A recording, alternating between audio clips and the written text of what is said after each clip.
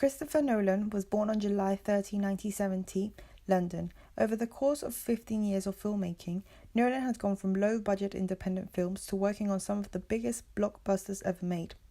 When he was 7 years old, he started creating short movies with his father's Super 8 camera. Nolan currently resides in Los Angeles, California with his wife, producer Emma Thomas, and their children. The first movie that I'm going to discuss about is The Dark Knight. So The Dark Knight is a 2008 superhero film, directed, co-produced and co-written by Christopher Nolan. Featuring the DC Comics character Batman, the film is the second part of Nolan's The Dark Knight trilogy. In the film The Dark Knight, the director Christopher Nolan uses many significant scenes throughout the film to present certain themes and ideas to the audience. So one of the themes that I'm going to talk about is the party scene.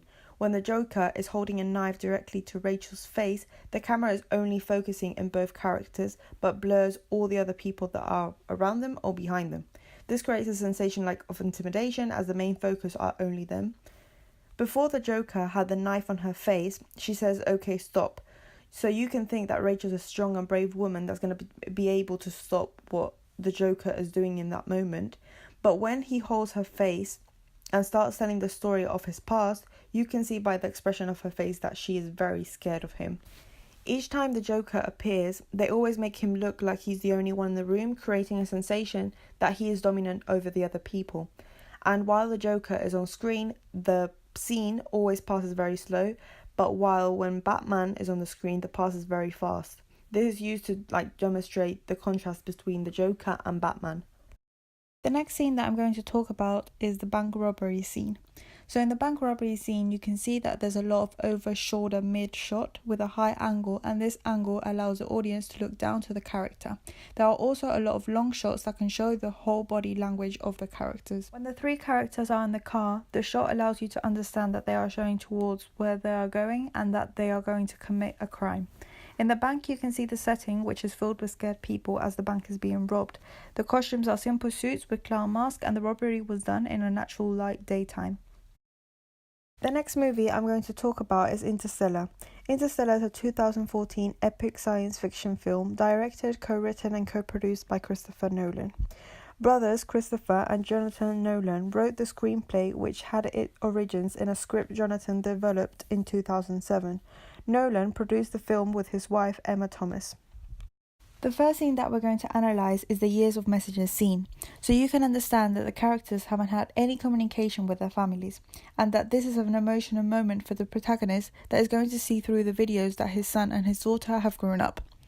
This is one of the most emotional scenes, and you can see that there are most of all close-up shots of the characters to captivate his reaction.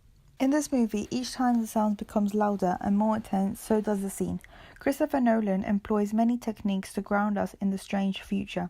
We are shown all these recognizable objects, cars, houses, baseball games, things reminiscent of our current time, but there is something different about them. The movie is set in 1960 and then moves forward in time. Flashbacks are used with a voiceover to give the audience background information. The symphonic music in the background helps to build suspense, and the use of voiceover throughout helps to create atmosphere and explains the background about the storyline.